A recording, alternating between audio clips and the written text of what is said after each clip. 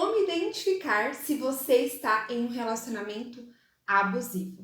Eu sou a psicanalista Eliane Araújo, eu sou terapeuta de casais e família, e esse é um tema que muitas pessoas confundem. Acabam até confundindo se está num relacionamento abusivo, num relacionamento tóxico ou num relacionamento disfuncional, que inclusive é tema para um outro vídeo. Mas no vídeo de hoje eu vou te explicar quais são as características, né, que se enquadram dentro de um relacionamento abusivo, tá bom? Então vamos lá, eu tenho aqui minha colinha pra gente ser bem didático, eu quero ir bem rapidinho com vocês para que você possa aí se identificar. Então, o primeiro ponto definido para ser considerado um relacionamento abusivo, ele pode ser um relacionamento de uma pessoa que sofre abuso moral, que nada mais é do que xingamentos, palavrões. Várias vezes em que essa pessoa ela recebe críticas em relação a quem ela é, ao seu corpo. Um relacionamento abusivo pode ser uma pessoa que o tempo inteiro fale ali que você é burra, que você não faz nada de certo, que você não sabe cozinhar, que você não presta pra nada, ou palavrões, xingamentos, tudo que fique no âmbito desse aspecto, ele é sim considerado um relacionamento abusivo moral, tá? O outro ponto é o relacionamento que sofre um abuso físico, que aí, como o próprio nome diz, né, é um relacionamento que sofre agressões, empurrões, tapas, né? Muitas vezes a pessoa fala, ele nunca me bateu, mas ele já me empurrou, ou ela já me empurrou. Isso é considerado também um relacionamento abusivo, porque ele está agredindo você. Ninguém tem o direito de agredir um ao outro, mulher ou homem, e isso é um ponto importante, porque tem muita mulher que faz isso com o homem, que dá tapa, que empurra, e o homem muitas vezes fica até se segurando para não revidar, e isso também é considerado um relacionamento abusivo, tá? Outro ponto é quem sofre, né, de algum tipo de abuso sexual. E aí, o que é importante entender? Dentro desse aspecto de abuso sexual, tá considerado o próprio estupro, né? Porque ela tá ali, uma pessoa que foi pega dentro de uma situação e acabou, né, sendo estuprada, uma mulher e tudo mais, mas isso também acontece dentro de relacionamentos, namoro, casamento, noivado. Então, o que é importante entender? Qualquer relação sexual sem consentimento de ambas as partes, né, ou de uma das partes, é considerado um abuso sexual. E não para por aí. Muitas vezes já, né, ouvimos relatos de mulheres que acordam durante a noite penetradas, por exemplo.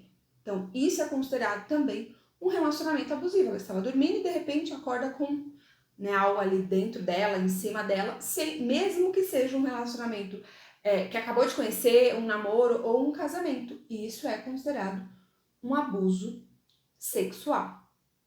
Outra coisa também é quando a mulher está se relacionando com o homem e ali na troca de posições, o homem, sem o consentimento da mulher, retira a camisinha e ela não percebe. E aí, isso também é considerado um abuso sexual, tá? Então, até agora nós falamos aí do abuso moral, abuso físico e agora o abuso sexual, tá?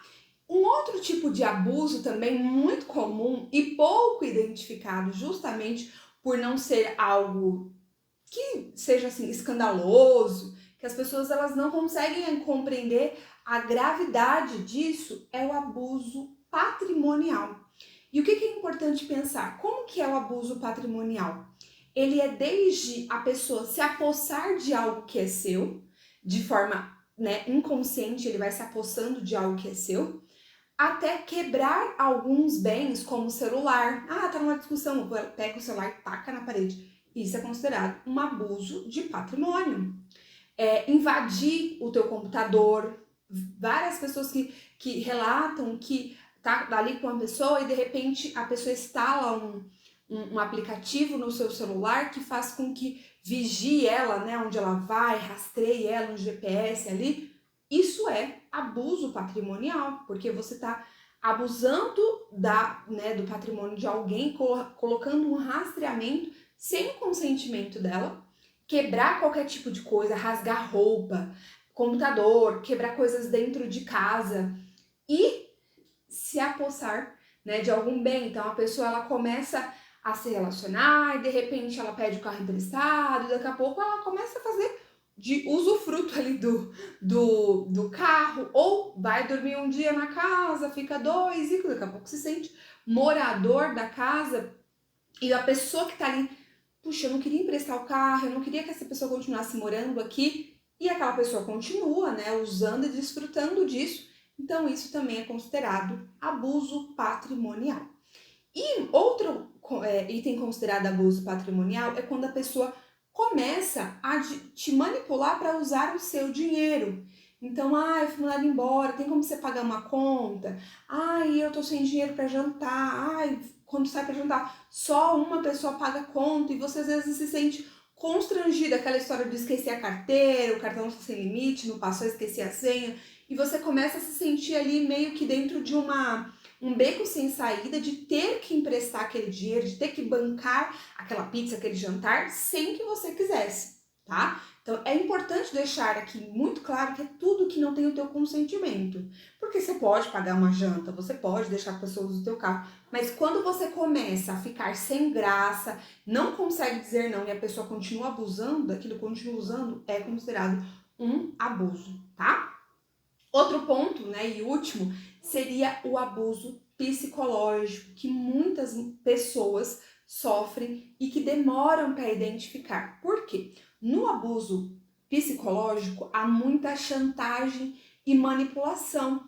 Muitas vezes não vai ter agressão, não vai ter o xingamento, mas vai ter comentários que a gente chama de passivo-agressivo, né? Aquele comentário do tipo, você era tão mais bonita quando você tinha o cabelo loiro. E ele nunca elogiou o cabelo loiro. Mas quando a pessoa pintou o cabelo de preto, você era tão mais bonita de cabelo loiro. Nossa, deixa eu fazer, porque você não sabe, né? Deixa eu fazer a comida aqui, porque, nossa, sua comida é horrível. Deixa que eu lavo a roupa, porque toda vez que você lava, pelo amor de Deus, tem que lavar tudo de novo. Então, são comentários que vão mexendo com o teu psicológico, te deixando para baixo, mexendo com a tua autoestima. Você começa a acreditar que aqueles comentários verdadeiramente são reais, né? Estão ali mexendo demais com você. Então, a pessoa, né, o abusador psicológico, ele utiliza de muita manipulação para quando dentro de uma briga te convencer de que você está errado. Então vocês estão brigando ali, ele nunca reconhece que ele é o errado da história. Ele sempre vai fazer uma manipulação para no final você tá lá, não, me desculpa, e você no fundo você sabia que você tinha razão, mas ele te chantageou, te manipulou de uma forma que você daqui a pouco começa a acreditar que você realmente é a única pessoa errada ali da história, da situação, da discussão, tá? Então, recapitulando, moral, física, sexual, patrimonial e psicológico, tá? E outra coisa também que, só pra gente completar o último, o psicológico ele trabalha com muita chantagem emocional no sentido de sem mim você não é nada. Nossa, depois que eu entrei na sua vida, olha a diferença que você tem. Você não tinha isso. A tua família não te valoriza, olha aí. Sua família não paga o teu jantar, sua família não te empresta o cartão, sua família não isso, não aquilo. Então ele fica chantageando você o tempo inteiro de forma emocional para gerar dependência. Porque no fundo, o abusador ele quer que você dependa emocionalmente dele. Que você dependa, de alguma forma ele vai te cercando para você depender dele, tá? E aí, o que é importante entender aqui? Primeiro, Eliane, o que eu faço? Eu identifiquei aí que eu tenho qualquer um, gente. Se você considerou aí se você se encaixou em uma característica, você tem relacionamento abusivo, tá? E pode ser que você tenha considerado mais, né? Nossa, Eliane, já sofreu moral, já sofreu patrimonial, psicológico, então, para estar mais escancarada ainda. Mas qualquer uma dessas características já é considerado. Agora, o que é importante pensar? Eliane, estou num relacionamento abusivo. O que eu faço? Primeiro, você deve buscar ajuda por você. Porque o abusador, na teoria, se ele é um abusador nato, a ciência não acredita em cura para um abusador nato. Ou seja, ele nasceu abusador, seja por alguma patologia, por alguma questão neurológica, como por exemplo, ele pode ter algum transtorno de narcisismo, psicopatia, e por conta disso ele também desenvolveu um comportamento abusador, tá? Não quer dizer que todo abusador é psicopata ou narcisista, mas pode ser que sim. E se ele nasceu com essa condição, teoricamente não tem cura. Então tem tratamento, mas não tem cura.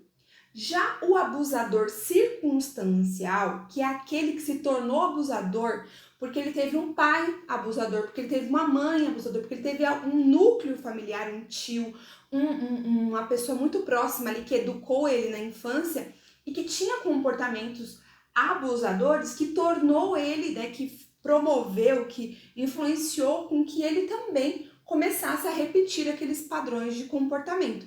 E aí nós precisamos aprender a diferenciar um abusador de uma pessoa que tem comportamentos abusivos, tá? E o que é importante aqui nesse segundo ponto? Essa segunda pessoa tem tratamento, tem cura, se ela quiser, tá? Se ela reconhecer, e você pode trazer essa clareza para ela, de que ela tem atitudes abusivas e ela pode sim com tratamento terapêutico, precisa fazer terapia, não é cursinho, não é leitura de livro, precisa fazer terapia, pode totalmente ser curado, ressignificar, ter comportamentos transformados, tá? Mas precisa buscar ajuda, ok? Dito isso, o que é importante pensar? Um outro ponto do circunstancial é que ele também pode ter aprendido isso com a namorada. A primeira namorada dele foi muito abusiva.